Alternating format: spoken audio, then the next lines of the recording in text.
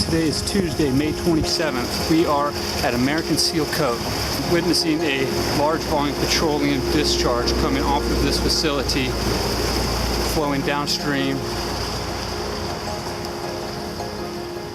Well, I've been practicing environmental law for 19 years, and I'd never seen anything like what American Sealcoat was doing. I found a large dump site where it looks like for quite a while oil has been dumped in a large, maybe 20-foot diameter pit, and that's then spilling off into a waterway. After seeing that, I contacted EPD, state-level people. Never got any follow-up back. So I had a feeling that nothing had ever been done, and I ended up coming back, taking a look, and I saw that it was in the same state as before. It looked like an active oil dump site, and so I picked up the phone and called the Chattahoochee Riverkeeper, and I knew that they would take action.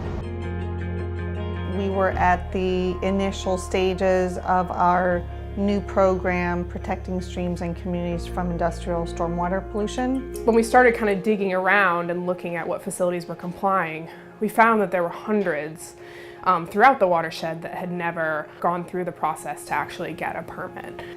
So American Sealcoat was one of our first test cases.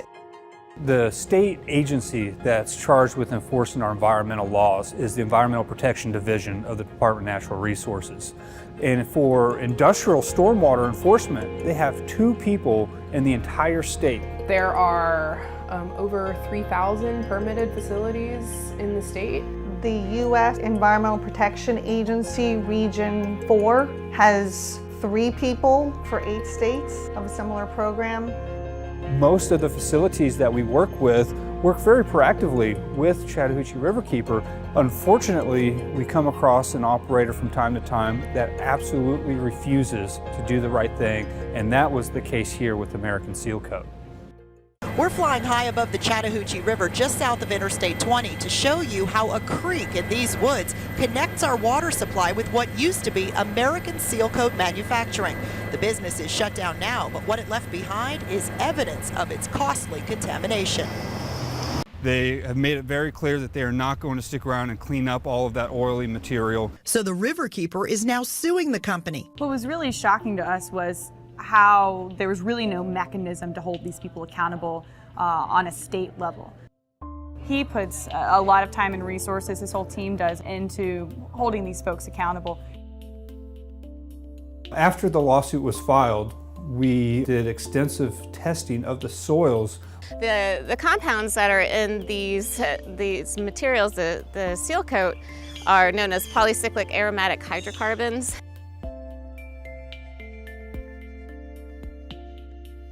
Because the compounds are very sticky, they tend to accumulate onto sediment and then can infill into habitats for macroinvertebrates. Then once they're in those habitats, it can also get picked up and eaten by fish and get incorporated into the food chain that way. The whole process ran for about 1.5 years until we were able to get a judgment assessed against American Sealcoat Manufacturing, which was at $10 million, which is one of the highest in the state's history for an environmental penalty. The American Sealcoat case is one of the reasons why I went to law school in the first place, to feel like you're making a real difference. We were concerned that the public would think that Chattahoochee Riverkeeper had a windfall of $10 million, and that's not the case. All of that money, if and when it gets paid, it will go to the U.S. Treasury.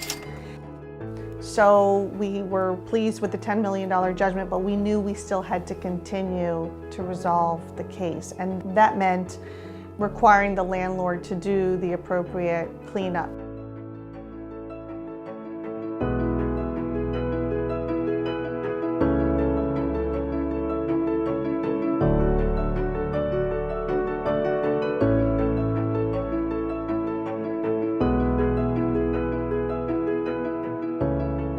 So even though we got this particular case solved, we're still working on hundreds of other industrial sites all across the watershed. We depend on our members to keep the organization running, and we can't always depend on the state or the federal government to do this work.